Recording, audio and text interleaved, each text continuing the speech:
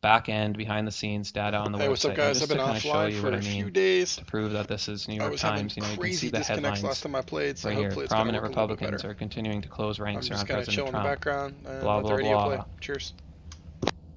The new county with the longest streak of picking presidential winners, which has gotten every election right since 1980. So, you know, this is all their article stuff. What we're interested in, though, is the batch data. And here it is. So I guess New York Times on their website on the back end has, from election night and forward, up until the votes stopped coming in, they have batch by batch data from Edison Research. Now, Edison Research is the main company that flows information from the states, counties, precincts on election day and onward, flows it through to the media and reports it to them. So you can see that the source is Edison. So let's just quickly go through what's contained in one batch entry. So it's actually very simple. It starts with vote shares. So here's Biden, 0.618, so 61.8% of the vote. Trump, 37%. And this is their vote share for the total votes that have been reported so far. This is a running total of the votes. This, I don't know what it stands for. I think it might stand for something like estimated entire vote percentage or something like that. But anyway, regardless, I know that it's the percent of the total vote that has been reported, and you'll see that that goes up, up, up as the batches go on. The source is Edison Research, and the timestamp, which is in Universal Time Zone. So that's Eastern is 5 hours behind that, Central is 6 hours. So that's all there is to that. So let's go find the actual batch that we're looking for now, that we are examining. I just want to show you, we're going to go back to the spreadsheet. I just want to show you that it is here. So here it is.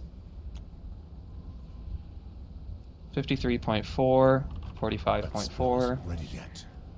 You know, just so you can see these numbers for yourself. 4,088,909. Blah, blah. So you can go back, if you don't trust me, you can go back and compare that later. So here's that same batch that we were just looking at, and that's the data we're going to be working with. Basically, we're just going to be looking at the variance between this first batch and the second batch, and how many votes did each candidate gain. So let's start here, and we have the percentages straight from that data. We have the total votes. Then we have the total votes per candidate, and that's calculated, that's not given in this data. That's calculated using this and this. The problem with that is that this isn't enough decimal places to be accurate for such large numbers like that, and that's where we're gonna adjust the numbers here, and that's why I mentioned when I said the exact absolute minimum. So it gives us tons of confidence, like mathematically speaking, that is the minimum. There's no variance there for that 97% other than being higher. So we can then calculate the change in votes. So you can't see it. Here it is. So here's Trump's previous vote. So this formula is just taking that, deducting those votes, and same for Biden.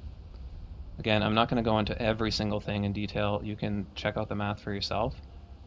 But this is the batch we're looking at, this one right here. So if you just use the numbers as given and don't make them more exact, look at what happens. It says that Trump actually lost votes and Biden won over 100% of the batch. So of course that's, I shouldn't say of course, because with this election you never know, but that's probably not right. So here, let's go over here. This is the exact same data we were just looking at, just organized a bit differently to kind of line up with this. So that's the Edison data. It's only up to 3 decimal places. You know, this looks like 1, but really the percent is like right here. The percent is a decimal. So this is the same data as this. Okay. This is what we want to look at. So here I have this huge heading here. Adjusted to max number of decimal places that will round up to Edison numbers. So how much can we adjust? How many decimal places can we add? Basically, the max and the min, whatever, that will still round to these numbers to kind of find the possible range and I'm, motioning with my hands right now. Maybe I should have done a video to find the possible range of percentages for this batch. So let's start with Biden. You can see the votes are the same. And I'm just going to show you for Biden how I adjusted. So when you want to find the minimum percentage of votes, you want to shrink that variance as much as possible. So you're going to raise this first number and you're going to lower this second number as much as possible. So he had 45.4. So I made it 45.4, 4999999. Because if it was 45.45, this 4 would round up, and it would round up to 45.5. So I can't cast that. Then for the 45.8%, we lowered it as much as we could. So that is 45.75. That's the lowest number that will round up to that 45.8. So that shrinks that variance as much as possible. So you see that with the original numbers, it's saying he got 27,113. With these numbers, it's saying he only got 23,012. The damning thing is here that even with these absolute lowest numbers, that's 98% of the batch. Like, let that sink in for a bit. Biden's lead is only 12,000 votes, 12,700 votes. Let's look at the maximum. So we do the reverse. We lower this beginning number, and we raise the ending number. So that's the range. And this 115 would actually be the middle point. So honestly, you could very well say there's a good chance he got 100% or even more of the votes. And we know that we've seen so many different irregularities that we know that it's not impossible. So we did the same thing for Trump, but that's not really as important. We can see, although we can see that his max vote that he could have gotten on this batch was 0.82% of the batch, absolute maximum. So that's it. I mean, this batch was uploaded at 12:18, so another kind of late night. I think, I don't know, maybe this was, I can't remember which county, maybe it was Fulton County. They said they were shutting down the counting at 10:30 or something, and then they apparently went on till 1 a.m. or something like that. It'd be very interesting to know, where did this batch come from? And was it one of those batches that was uploaded, when apparently the counting had stopped, but actually it didn't? So I don't know, that's just speculation. Of course, I don't have that level of information. I just want to anticipate what some people might say. This is not a case of updating one candidate at a time. We can see from looking at the surrounding batches that Trump did not receive any corresponding entries, so let's just do that quickly. These are the previous batches. Let's look. Trump 53, 71, 74, 54, 10, 50, 23. See, there's nothing. I do want to draw your attention to this quickly. So look, this is saying that Trump got 200% of this batch. So this is where the whole rounding thing comes in. This is why with this data you can't really do anything useful when there's only that 0.001% jump, because if you do the range, you'll find that the range will basically be from 0 to whatever. Like, it'll be this ridiculously wide range. So that's why it's happening there, because he went up the whole 0.1, but it could have been way less, or the 0.001, but it was likely way less than that. It's just happened to be the one that bumped it up to 3.5, and that's why it makes for those kind of goofy looking numbers. But this one, so the bigger the percentage jump and the bigger the batch number of votes, the more accurate the data is. But in this case, it doesn't matter, because well, it does. It's good that we have a big enough jump in both measures. But anyway, so let's look at the following Trump batches: 53, 53, 53, 53, 53, 53, and this is the exact Edison data. I just kind of manipulated it to make it easier to follow. 53, 37, 36, 12, 52, 52, 20. Okay, so you can see that there's no corresponding batch for Trump. And so according to official data released by the state of Georgia, and let's look at that data quickly. This is again the data. I just manipulated it a little bit. And it's interesting, it gives the breakdown by election day, absentee, advanced, and whatnot. So obviously, red is Trump, blue is Biden, green is independent. So I want to show you that Blood and absentee by thunder. mail votes. I did a calculation. B mail.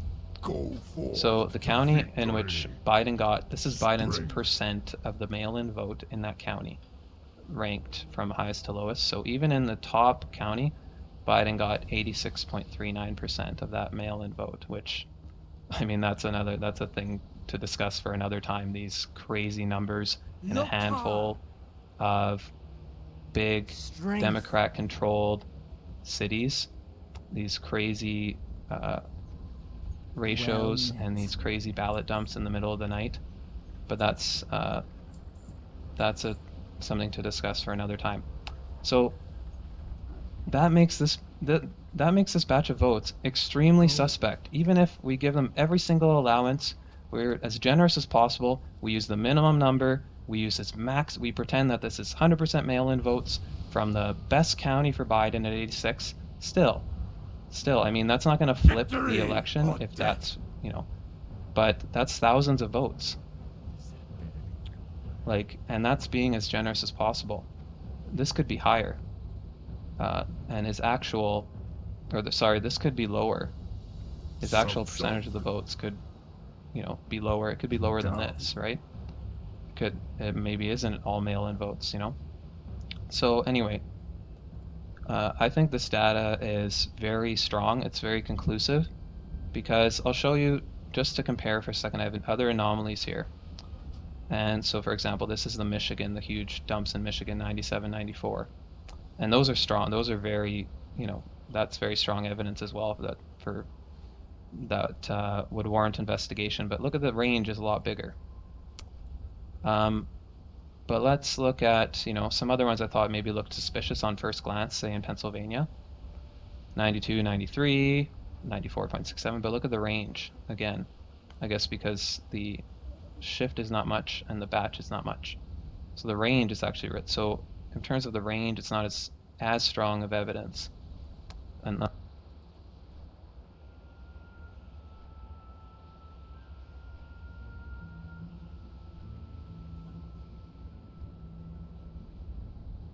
in my opinion, the ballots that comprise this batch should and must be obtained and independently audited, and that means not by city officials. That's another thing. I guess a lot of the accusations coming out would involve a lot of corruption at a local level. And if you think there's none of that going on, then, I mean, you've got to open your eyes. So to have the same people that kind of organize the election and whatnot go back and recount and audit and stuff, and to say, oh yeah, nothing's wrong, that's obviously suspect. So, I don't know what can be done, but I'm saying this is, and I've seen pretty much I've been following everything very closely. I've seen probably almost every accusation of, irregularities and fraud and statistical analysis. And this definitely isn't the biggest batch. It's not the biggest dump of votes. It's not the biggest anomaly maybe, but this is some of the strongest and hardest evidence I've seen for a very significant anomaly that I think can't be brushed off by, the kind of one-liners that they use to brush off other things. Oh, it's just mail-in votes. Oh, it's just this community. Oh, they were just doing it in the middle of the night for, whatever, this reason. So it can't be brushed off. So that's basically all I want to say. There were other anomalies I was going to include in this video, but President Trump actually tweeted a couple of them, Wisconsin and Michigan recently. He retweeted a graph. So I'm not going to go there for now. So that's basically it. I just do want to mention, to kind of leave you thinking about something. 9 witnesses of the recently completed Georgia audit, including at least one registered Democrat, swore to have seen suspiciously pristine, uncreased mail ballots uniformly and perfectly filled out, almost always for Biden. In one case, a batch of such ballots included 500 ballots in a row, all cast for Biden. So is there a relation between this highly suspicious batch and these suspicious ballots? And a number of these people signed sworn affidavits. They go into more detail about these ballots, and there's definitely something off with these ballots. So I think this video went longer than I was hoping, but I wanted to make it clear. I wanted to, make sure that covered all my bases so people can't kind of poke holes in the analysis. So I encourage you to check the numbers for yourself. Let me know if there's anything amiss, but I've checked them a bunch of times. So, please share this video. I think this is really strong evidence of something suspicious going on and something that should absolutely be investigated. Thanks for watching. The Arctic is not a barren, frozen wasteland. In fact, it's seen as quite valuable. The Trump administration is now selling leases in the Arctic National Wildlife Refuge to oil and gas companies. That means these companies can stake a claim for exploration and maybe drilling in some of the 19 million acres of basically untouched wilderness. The Arctic is home to some of the most unique ecosystems in the world: tundra, boreal forests, and sea ice. It's home to polar bears, porcupine caribou, but more than this, it's home to people that depend on the land and waters. We are a traditional Inupiat community depending upon feeding our families from our lands and waters. As our elders have done, it's our small village of 500 people going up against the state of Alaska and the industry of oil and gas development. And the Arctic economy is formed in part by tourism, fishing, mineral extraction. From throughout the world, remember the gold rush? To strike it rich. And then, of course, the oil and gas industry, which has been a cornerstone of not only Alaska's economy, but of the United States strategy to energy independence. Untapped oil reserves and a score of other minerals vital to modern industry. But the idea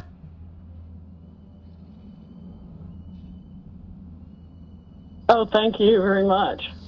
Listen, things seem to have, been going against the president the last couple of days. Recounts are thwarted, court decisions go against the president. The canvassers in Wayne County are told they can't change their non-certification votes, et cetera, et cetera. Can you give us some good news? When are we going to have some positive developments in the president's case here? Well, a lot of the evidence of fraud is going to be coming out next week. I've got just more than I can say grace over right now coming in every day. It only gets worse and worse. This was very widespread, very deliberate, very well funded, and everybody in their pet rock is trying to stop me from exposing it. I want to ask you about this server that the story broke last week that the military had somehow confiscated a server for one of these vote counting companies in Europe. Can you give us an update on that? Not really. Nobody shared that information with me. I can only give you grapevine gossip. The good guys got it. The government that's going to clean things up got it, but I can't verify that.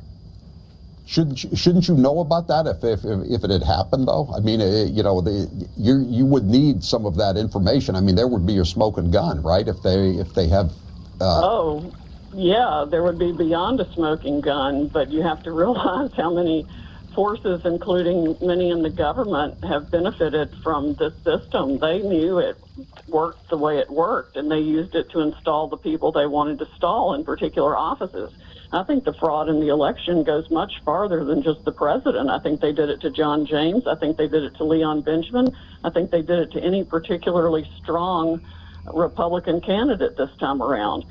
We've got data from 2016 out of California that shows that Hillary Clinton did it to Bernie Sanders there.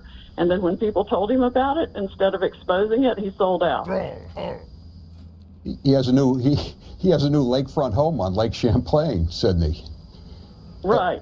And a nice exactly. And a nice book contract. A lot of this I watched the press conference yesterday, and I thought to myself, I liked the presentation and all that, but I thought of all my time covering trials in court, and I could just see the opposing counsel saying to the judge, well, this is just an anecdote, or this may be an affidavit, but it's not material to this case, or it's hearsay. I mean, Are you going to have the actual smoking guns to present to the courts? We've got a number of smoking guns, and we may have to get witness protection for them. What do you need?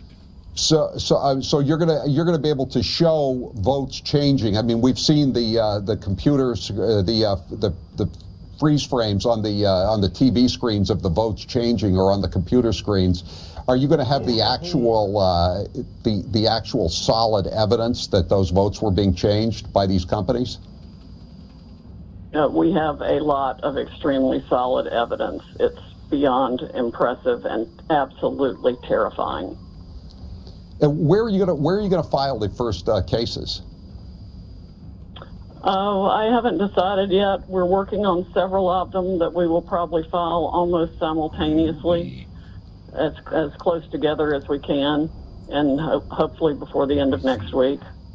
Well, there's only 3 days next week, right? Because it's Thanksgiving, so you'd have to move pretty quickly. Are you going to be state court first, right, or do you go directly to federal court? No, these are going to be federal court lawsuits. These are issues of federal question, jurisdiction, and they're paramount to the very life, any future life of our republic. And what is You've said that you think that millions of votes were removed from the president's vote totals. How many million votes do you think were removed for the president of the United States that he got on November 3rd?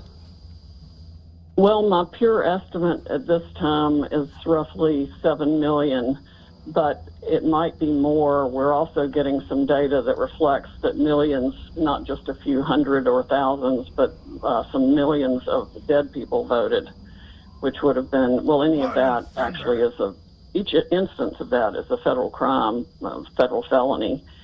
But I think we're going to find a significant conspiracy to do that. We've also got evidence of people being paid, and we've got pictures of the check stubs paid to people to ballot harvest and do fraudulent voting. So this year was every means and manner of fraud you can possibly imagine, and many that you could never imagine. So how many fraudulent votes do you think that Joe Biden had on his side of the slate? Probably at least 10 million. 10 million fraudulent votes? Probably. And how many? Maybe more. And President Trump lost 7 million votes. And how many dead people? How many votes of dead people were cast, do you think? We're still tracking down that data to see if what we've been provided is real, but if it is correct, it's several million.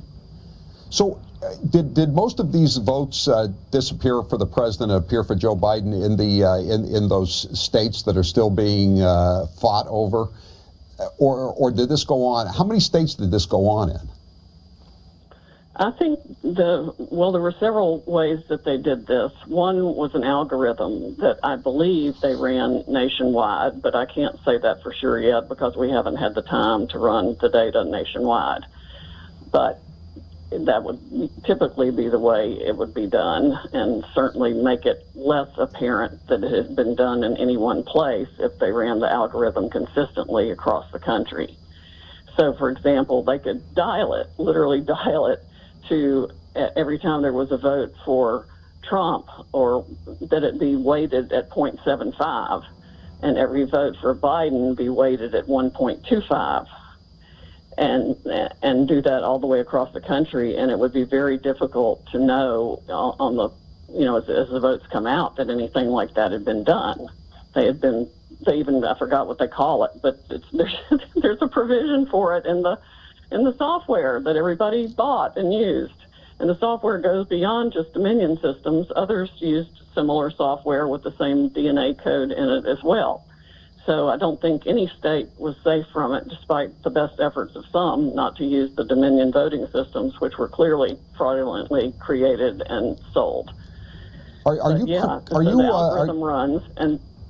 saying that that this was done by Dominion and a couple of other companies, vote counting companies, or was the Democrat Party directly involved in this? The National Democrats. the Biden campaign. Well, given all the internet information that we've seen of people that have been caught talking about this, the Democratic operation had to have been involved. You know, we even have Joe Biden with his dementia removed filter saying that he had the best voter fraud operation in history. Yeah, we remember that. Yeah, exactly. And that is true. You know, one of the things dementia does is remove your filter, and you say things that you wouldn't say if it were operational. So I think that's one of his most true statements in the last year, and we can certainly start proving that any minute now. And then the other thing they did, where they had the real problem, was Trump won so overwhelmingly in all the states that had to cut off their machines, that they had to cut off their machines for hours to go in and backfill additional votes and move things around even more to make sure that Biden won. And they used the mail-in ballot stuff as the means of, you know, helping to cover for that. But really, it was all mechanical. We've found places where the same ballot was entered multiple times, places where there were absolutely pristine ballots with only a computer-made dot for Biden, and all of them were alike. They could just stick those in the machine in batches and run them through repeatedly and count, you know, hundreds of thousands of votes that way. There's the drag and drop feature to take Trump votes and put them in a trash can, or assign them to a third-party candidate, or move them from a third-party candidate to Biden. I mean, I think they did absolutely everything. And we also have information that one of the high people in Dominion voting systems went to Detroit to operate the system himself there that night at the Detroit Center. If this were a normal civil complaint moving into federal court, it would take years to litigate this, Sidney Powell. How are you going to get everything done by, I think, December 14th when the Electoral College meets? Well, at the rate information is pouring in, and with the dedicated little team that we have, I think we're going to get it done. Certainly enough to blow it absolutely all up, and it should thoroughly embarrass the Department of Justice and the National Security Administration and the Department of Homeland Security and the FBI that they have ignored all this for all this time. Either that or they were complicit in operating it and running it and using it for their own operations. The CIA, I'm sure, had a hand in it. Why is Gina Haspel still there then? If she was in, I've been asking that question. I've been asking that question for months. She should never have been put in that job. She should be fired immediately, and so should Christopher Wray and a lot of other people over there. We even got information that there's a person in the Department of Defense who's been on the internet with Bernie Sanders and AOC instructing people how to commit sabotage in their respective offices within the government, and there were a couple of hundred people on the call. All of them haven't been arrested. I don't know. Let me ask you about this guy, Eric Coomer. I think he works for Dominion. He's Berkeley, California, University of California grad. He's the one who was allegedly he was on a conference call or something, a Zoom with Antifa, and he said, supposedly, don't worry about Trump. I've already made sure he's going to lose the election. Is that true for starters? And yes, it's true. You have that. It's true. Yeah, we have an affidavit to that effect, and we have I think we have a copy of the call. Where is Eric Coomer now? And yes, he's disappeared. And also, Dominion has shuttered up both of their offices in Canada, where they shared an office floor with George Soros entity, and they have moved their office in Denver. And of course, I'm sure there was a lot of document shredding and things, quote, lost, end quote, in that process. You know, the FBI should have moved on all of this immediately. All of the voting machines should have already been impounded. The software should have been secured and examined. I am so livid with the law enforcement in this country, I can't see straight. So what happens when you mention Coomer and he or his lawyer just says, well, he was just bragging? You have no proof that he actually fixed the election. That's just barroom talk. What are you going to say? Wrap it up. What's the comeback to that? Well, it's called a confession in a courtroom. It's called a confession. All right, Cindy. So you hope to start filing lawsuits by Thanksgiving then? Or by the end of next week. Friday it's not a federal holiday, so we shall see how we go, but we'll get it ready as fast as we can, and in the meantime, we will be producing additional evidence to help the public understand the breadth and depth of this international, frankly, criminal conduct, and it also reflects substantial foreign interference in our election. Cindy Powell. Real foreign interference in our election. Including, this is not the Steele dossier. Including China, correct? Yeah. China, Iran, Serbia, Liechtenstein, multiple places.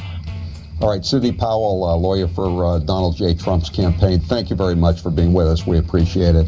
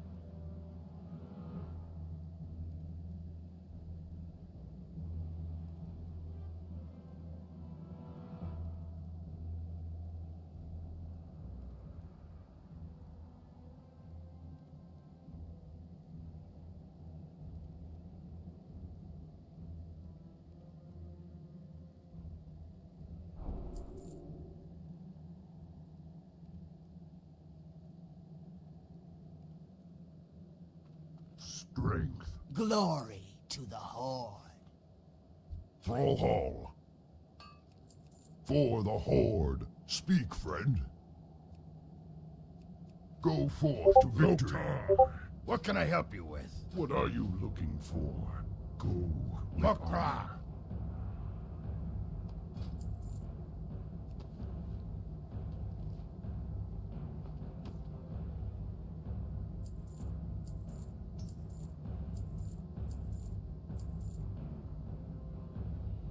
For the Horde.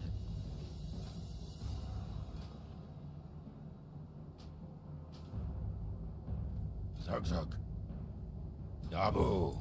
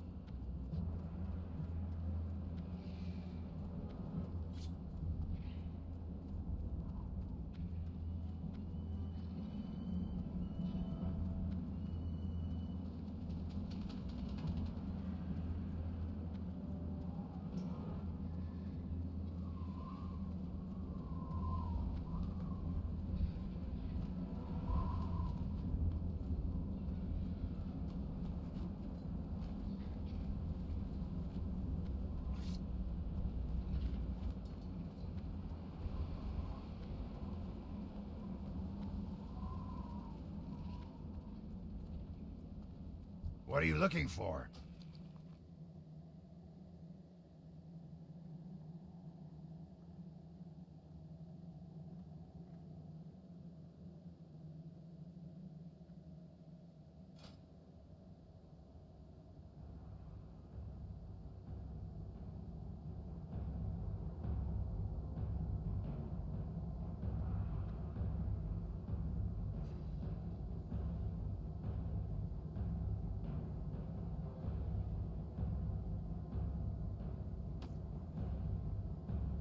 Strength.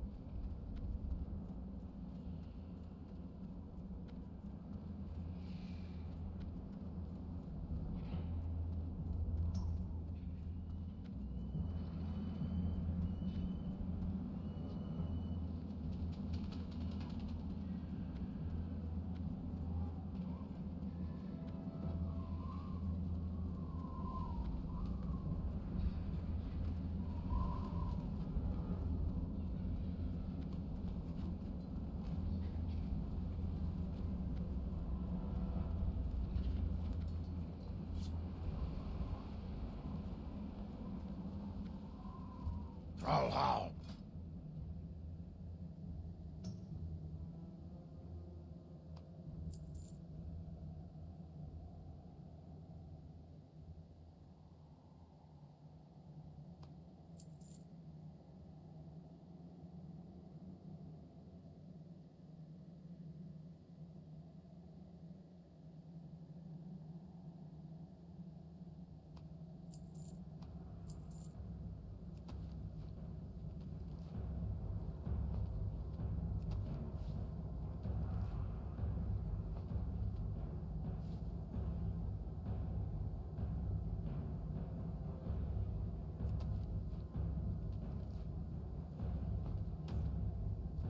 Victory! Mogra!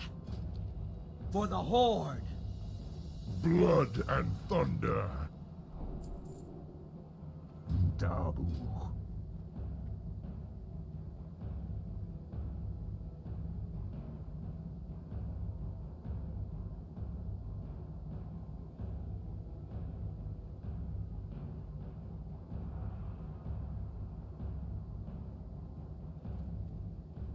Loktar.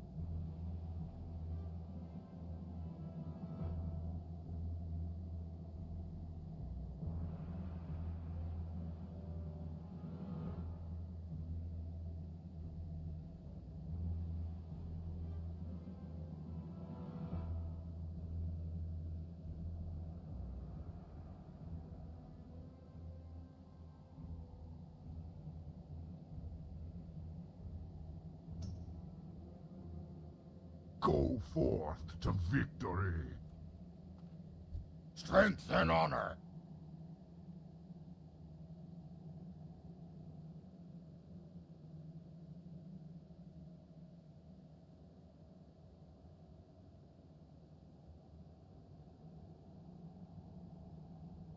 Dabu.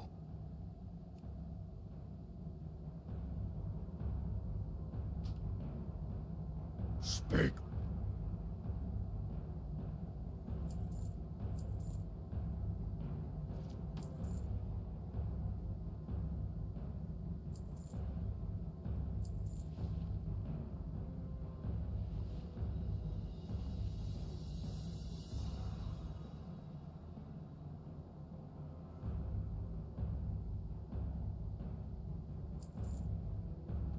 Farewell.